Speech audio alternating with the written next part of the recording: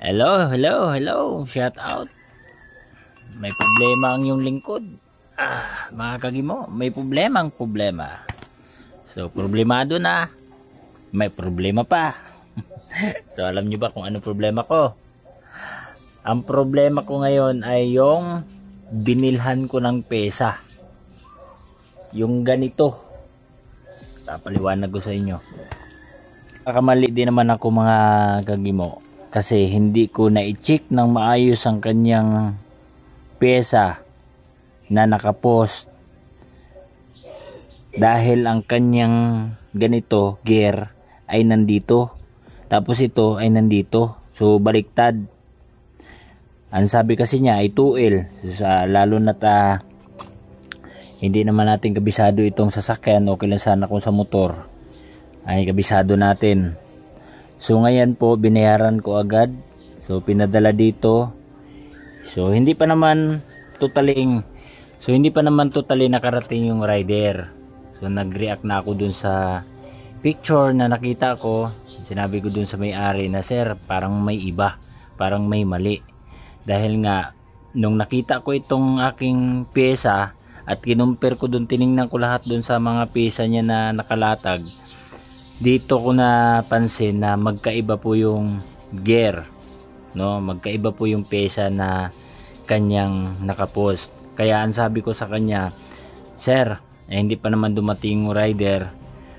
Kung halimbawa na ayaw ikabit ng mekaniko, so ibalik ko na lang po. So yun nga, dumating yung pyesa, kaya hindi ko na pinababa yung sako na gagamitin sana yung pyesa. So sinabi ko sa rider na pwede bang ibalik mo na lang doon ulit at hindi naman nagagamit. So nagkamali din kasi ako dahil hindi ko na i-check ng maayos. Naku po, ang problema nito, nagsabi ako doon sa pinadalhan ko ng pera. Ang sabi sa akin ay hindi na daw nila kailangan itong pyesa at huwag nang ibalik. So kasalanan ko kasi daw dahil binili ko na. Yun nga po, doon po ako nalungkot kasi isa din po akong sealer, no? Pag once na mali at may problema, no, nagkamali ng bili kasi akala pareho, so wala naman pong masama kung ibabalik natin ng maayos, di ba? At walang problema din kung ibabalik din yung pera. So madaling salita, ibinalik ko yung pyesa, pinahatid ko sa rider, pinasama, binayaran ko na yung shipping papunta rito at shipping papunta roon. Ako na ang nag-courier, no, na para hindi na rin po siya magbabayad ng kung ano, no, bahala na kasi nagkamali naman ako. Kung nagkamali ako, di accept ko nagkamali ako dun sa pyesa kasi hindi naman pala tugma. Sabi kasi niya ay tugma. So para madaling maintindihan, sabi ko, sir, hindi ko naman nagamit yung pyesa, balik ko na lang. So ngayon ang sagot sa akin ay hindi na naman daw nila kailangan yung pyesa. Yun nga, may kasalanan nga ako. So oo, nandoon na tayo, kasalanan ko naman kasi hindi ko naman na-check na maayos, pero hindi ko naman nagagamit yung pyesa, di ba? Alam naman natin na mali din yung nabili ko. So dapat tanggapin din niya na hindi naman nagagamit yung pyesa. Tanggapin din niya na ibabalik ko yung pyesa na binili ko sa kanya dahil patunay naman din yung rider na hindi ko ginamit. So ngayon, ang sagot sa akin ay ginastos na daw nila yung pera. Ginastos yung pera, kapapadala ko lang. Wala pang wala pang 6 hours eh. Nagamit na yung pera. So ibig sabihin para bang pinagkakaisahan, no? So ngayon, sabi ko, sige, kung ayaw mo ibalik ang pera, so pupunta ako ng barangay at ipapatawag ko kayo dahil nga ay hindi naman po tugma yung pyesa na nabili ko, 'di ba? pupunta ako ng barangay at doon tayo mag-uusap.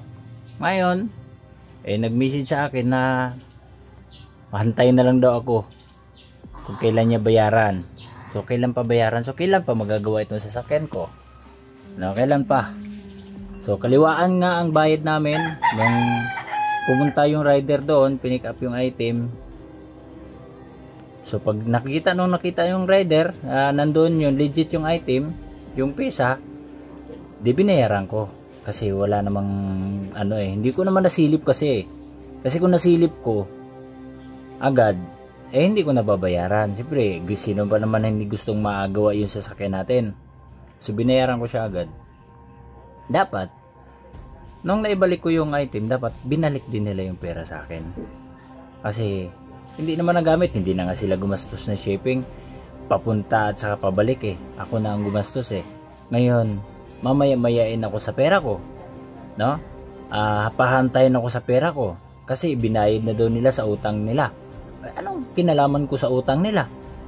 Wala naman ako kinalaman sa utang nila. Yung utang nila bayaran nila, no?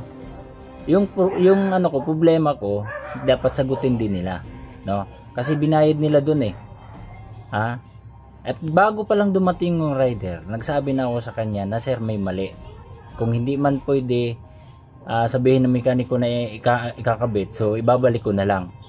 So malinaw po yun sir na na-accept ko yun na may mali. Pero sana tanggapin niyo yung pesa ninyo na hindi naman ko magagamit. Okay?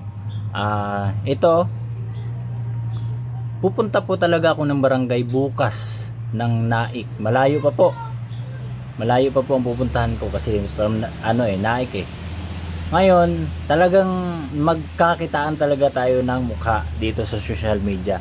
Kasi alam nyo, hindi po basta-basta hinahanap, hindi basta-basta hinahanap yung pera, pinupulot, no?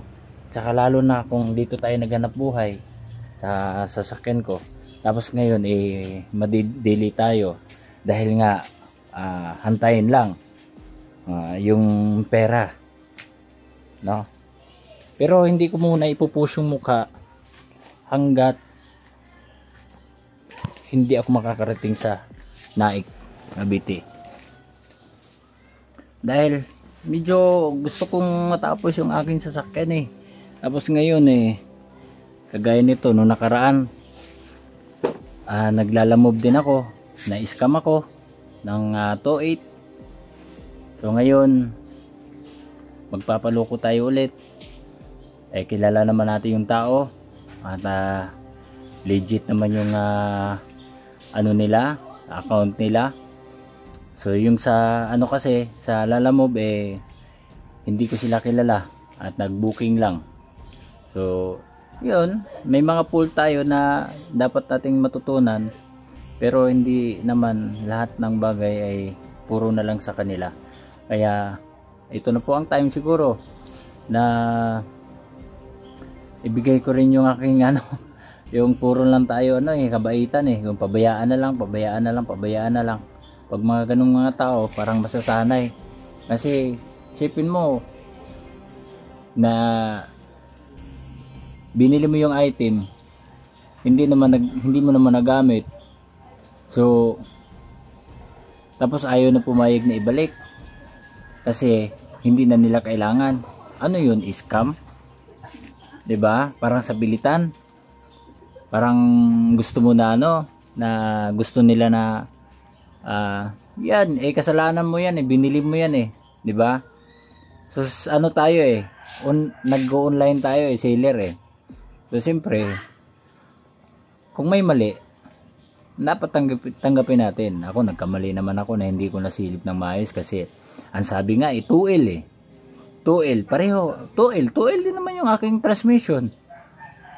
Malay ko ba kung mayroon palang pagkaiba sa mga transmission na pag sinabing 2L ay hindi pala magkapare-pareho lahat ng gear. Hindi ko naman alam kasi hindi naman ako mekaniko na sasakyan, mekaniko ako ng motor, no? Kaya yun, sana madaling usapan lang naman, sir, kung ibalik ko yung item, balik mo lang din yung pera ko. Ganun lang kasimple. Hindi yung pabain mo pa at marami kang sasabihin na hindi na namin kailangan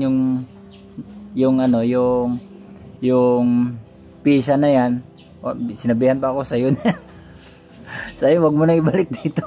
O, di ba? Eh, kung tinanggap ko yung dito, eh, pwede niya sabihin na kinuha mo na yung pisa eh, nasa sayo na eh. O, di ba?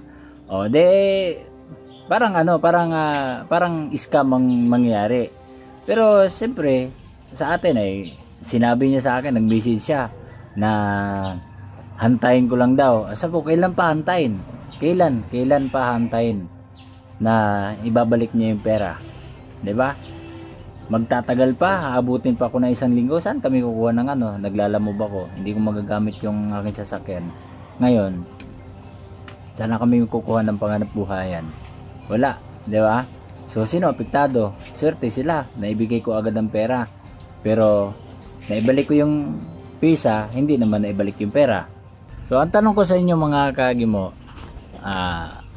ano po ang magandang gawin sa mga ganitong pagkakataon na alam nyo naman na hindi nyo nagamit ang pesa at naibalik nyo na, tapos yung pera hindi pa naibalik, at nagsabi naman na ibalik pero hindi alam kung kailan ibalik. So kailangan ko na rin, kasi ngayong araw na ito ay dapat makabili na ako ng pesa para makabiyahe na ulit ako.